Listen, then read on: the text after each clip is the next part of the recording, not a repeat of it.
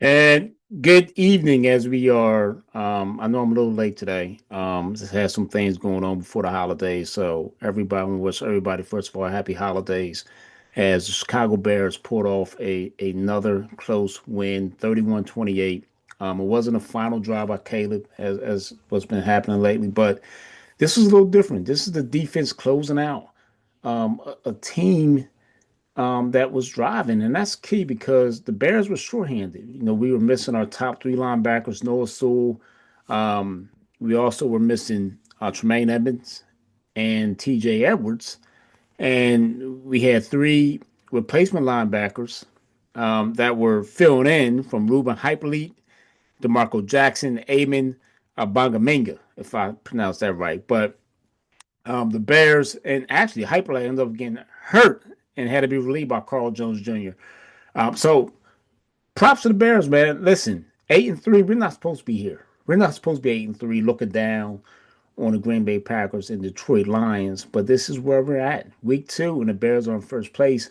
As a fan, you got to be excited. This is an exciting time to be a Bears fan. All I can tell you is this: savor the moment, okay? Because just savor this moment right now, as you're watching this team just continue to win in miraculous ways and in ways you least expected, especially the defense coming up big in the final closing seconds of the game as Mason Rudolph was driving his team down. And it came down to a 4th down and 6, I believe. And out of nowhere, Jaquan Brisker was able to get enough hand up there to deflect the ball as Rudolph threw an illicit pass. This team continues to find ways to win. They are just a team that is. This team reminds me, and you probably going to think I'm going crazy here, but I'm going to be quite honest. This team is starting to remind me of a young Patriots team back in the 01's, 02's, those teams. And the reason I'm saying that is you probably think I'm crazy. And yes, I may be a little crazy, but they do remind me of the early Patriots teams with Tom Brady. And the reason I'm saying is because that team, those Patriots, they on paper they didn't look like they really had anything, and you just say, well, how the hell are they winning?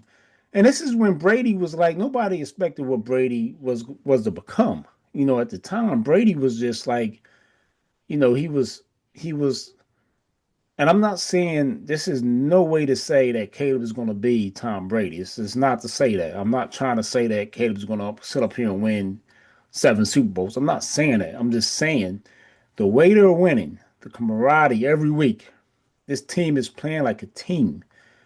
They have a next man up. This is next man up type stuff. And those Patriots teams always had that next man up type mentality. You know what I mean? Because those Patriots teams did lose some players, and it was always next man up. And it just seems like this Chicago Bears team, and they just look like the weaker opponent all the time but they keep finding ways to win. And honestly, this is unprecedented because this is not our usual territory. Especially Bears teams of the past when they've had injuries, it's hurt them. But this team has survived key injuries. I mean, Jaden Johnson is a number one rated cornerback, and he's been missing the whole entire season. Kyler Gordon is a key nickelback, and one of the reasons why Dennis Allen took this job. And they are still finding ways to win. They're still finding the components on defense. They're just constantly inserting pieces. This is a team without the entire starting linebacking corps, missing TJ Edwards, who is a capable, he could be a Pro Bowler, honestly. And then you're missing Tremaine Edmonds, who's having a Pro Bowl season. And you're replaced by a rookie, Ruben Hyperlete, Carl Jones Jr., the other guy, DeMarco Jackson, and Amen I can't even pronounce his name. It's Obangaminga. I was just say that. And you're finding ways to win games. You got Nashawn Wright, the cornerback, making this. almost leading the league in interceptions. He was on the practice squad of the Minnesota Vikings last year, and he's made a name for himself. This team is like, that's what I'm saying. They are reminding me of a young Patriots team of the early 2000s. That's what they're reminding me of. And they're a team that's looked at like, huh, who? The Bears? Well, we can beat them.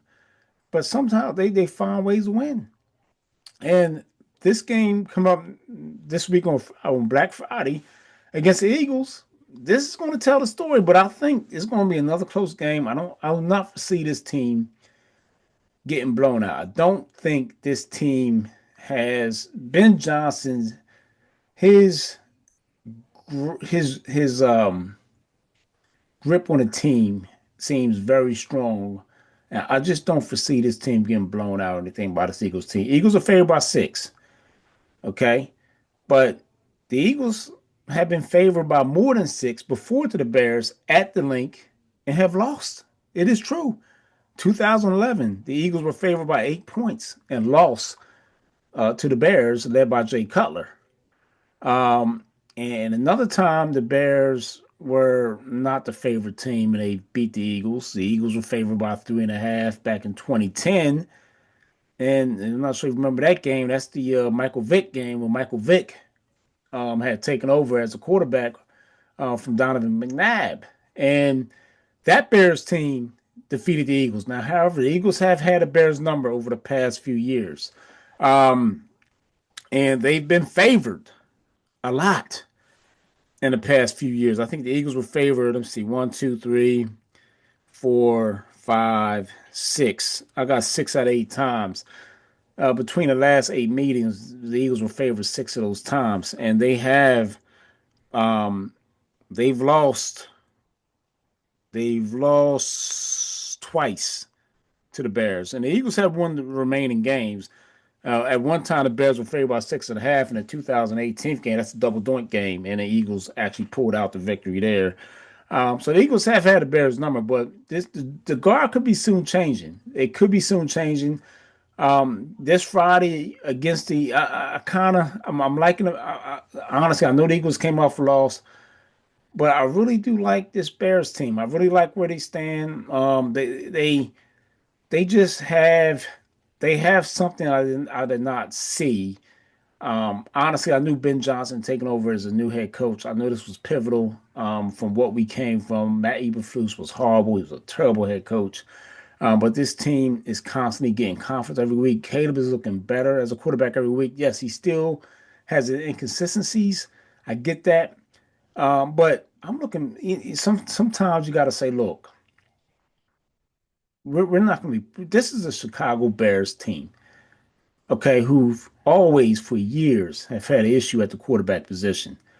And it's always been inconsistencies in accuracy.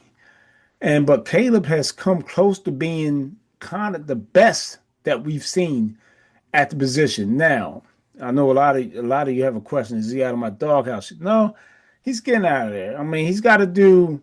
He's getting close. He's getting close because I'm seeing a lot of progression over the past few weeks. This game against the Eagles will be telling because if he can have, I believe Jay Cutler probably had the best performance against the Eagles in the past 25 years. I think Cutler had back in 2010. Cutler had a 146 passer rating. He had 4 TDs, 0 interceptions. He destroyed the Eagles in that one game at Chicago. And then in 2011, he had a rating around 96 in that Bears win at the link. As the leading receiver that game was Earl Bennett. He had 95 yards receiving that game. How about that? Remember Earl Bennett? He was what a stiff he was. But otherwise, I mean, but the Bears, if if if Caleb can come out here and have a solid game, a 90 or better, or 100 pass rating, and come out on top with another close game victory, he's out of the doghouse. And even if they don't win and Caleb still plays well, I'm going to let him out of the doghouse. I want to go ahead and open that gate, and I will accept Caleb as a quarterback going forward because he's done some good things, man. The way he responded after that TJ Watt takedown, in the beginning of the game, the way he responded, because he could have easily rolled over. Because TJ Watt is one of the best in the league, and that's why he could not escape him. Caleb has done a great job with his escapability, when he gets in trouble. But this time around, TJ Watt wasn't letting it happen, and therefore that was a strip set fumble in the end zone that was a touchdown for the Steelers. But the way Caleb responded, that was the most impressive part of the game yesterday. And I think that was pivotal in the Bears coming out on top 31-28. I think that had a lot to do with it. When the Bears tied it up, I think Pittsburgh said, whoa, this ain't the same Bears that we've all been accustomed to. And I think they knew it was going to be a game and ended up being a game that the Bears came out on top. Um, I think that's all I have. There's nothing really there hasn't been any bad losses this year. Ever since I've been doing this little thing here to what I've been doing, the Bears have been winning. So I'm gonna keep doing it.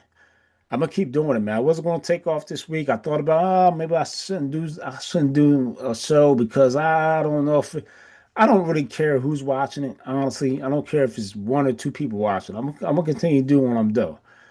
Because I think I do give some valid points. I think number one, ever since I've been doing this, the Bears have been winning. So might as well keep continue to do it, and we'll see where this goes. Whether I do it next year or not, I don't know. I don't know. But all I can tell you is this: this has been a great season. It has been a headache watching the Bears on Sunday. It has been. It has been a headache because even how this team is. It's kind of hard for me to accept that it can't be a blowout. We all want a blowout. We all want the week 3 game against Dallas. We all want that 31-14 win. But these games are so tight, and trust me, I get in an emotional state. I'm cussing at the TV. I'm cussing at the refs, especially when Caleb got pushed out of bounds and no flag was thrown. Jalen Ramsey really should have got a flag on that play when he pushed Caleb out of bounds. But no flag was thrown. I was cussing out the refs. I told them to F you, kiss my you know what. I mean, this is the NFL though. I mean, it's a game that has taken the aggression out of football, and every little thing is a flag. Even a taunting penalty on DJ Moore was a bunch of BS. But this is the things that we have to go through as fans. Um, but we'll see what happens on Friday. Big game. I'm going to be at the game. My son bought tickets. Props to him. Showing me a little love on my birthday. I will be down there. The Bears have beaten the Eagles on my birthday. I have to remind people that back in 2010, that was a Jay Cutler game. 4 TD passes. He had a pass rate over 146, and they beat the Eagles. They had the same record, 7-3 record, identical records, and the Bears came out on top. How about that? And right now they got identical records again, and this time they are at the link. So we'll see who comes out on top. Bears, bear down, man. 8-3. Sky's the limit for this team. I'm out. Peace.